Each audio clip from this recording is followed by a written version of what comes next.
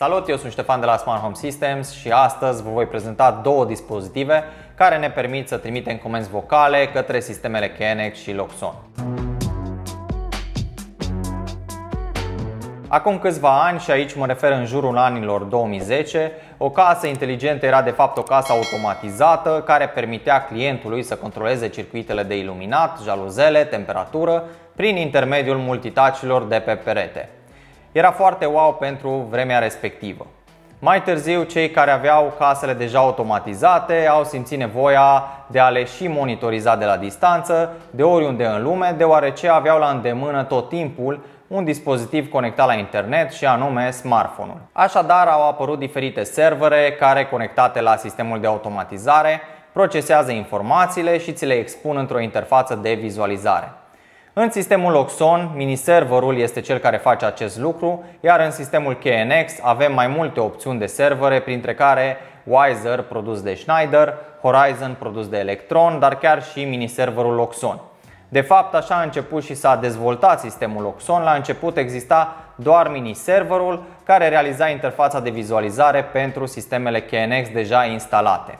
Acum că putem controla și monitoriza casa de pe telefon, următorul pas este să o controlăm folosindu-ne de comenzile vocale, iar în viitor să ne folosim de inteligență artificială pentru a ne învăța stilul de viață și a lua decizii în locul nostru. Un fel de Jarvis pentru cei care au urmărit seria Iron Man. Dar până atunci să revenim la prezent și anume la comenzile vocale. Acest control pe bază de comenzi vocale îl putem realiza cu ajutorul unor gateways produse de cei de la First Home, care fac legătura între sistemul de automatizare Loxon sau KNX și asistenții vocali deja arhicunoscuți precum Siri, Alexa sau Google. Din punct de vedere hardware, avem varianta de First Home Box, care este un Raspberry Pi pe care rulează softul celor de la First Home și care realizează această interfațare. Este o variantă dacă avem un sistem de automatizare KNX sau Loxon și dorim să-i facem un upgrade rapid prin conectarea acestuia în rețeaua locală. De menționat este faptul că pentru sistemul KNX avem nevoie și de o interfață IP. Cealaltă variantă este acest First Home Bridge, care este un dispozitiv nou și care deține toate certificările companiilor implicate în acest proces de interfațare, precum Apple HomeKit, Google Assistant, Amazon Alexa, Loxon și KNX.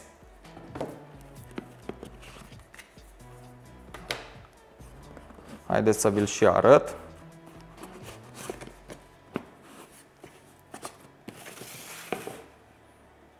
Acesta este dispozitivul First Home Bridge.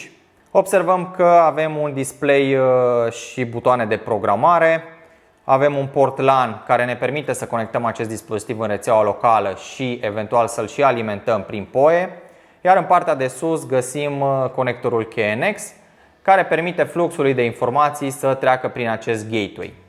De asemenea, acesta are și funcția unei interfețe IP, lucru care ne ajută pe noi integratorii să programăm funcțiile sistemului KNX prin intermediul lui. Ce face mai exact acest gateway este să pună la dispoziția asistenților toate funcțiile programate în sistemul Loxon sau KNX și să-i permită clientului să își controleze locuința prin intermediul comenzilor vocale. În plus, spre exemplu, dacă avem toate funcțiile casei integrate în Apple HomeKit împreună cu alte dispozitive IoT compatibile, clientul poate crea noi automatizări și funcții logice. În acest video nu voi intra în detalii, deoarece am dorit doar să vă prezint acest gateway pentru cei interesați de un upgrade în cazul în care dețin un sistem de automatizare KNX sau Loxon, dar voi realiza câte un video special cu integrarea acestui bridge de la First Home cu sistemul KNX, respectiv cu sistemul Loxon. Nu uita, dacă îți place ceea ce facem și dorești să ne susții, acum poți deveni membru al canalului nostru de YouTube, iar noi îți promitem că vom aduce videouri cât mai interesante și cât mai smart. De asemenea, poți să ne dai un like, un share, iar dacă nu te-ai abonat deja la canalul nostru de YouTube, poți să o faci folosind butonul de subscribe.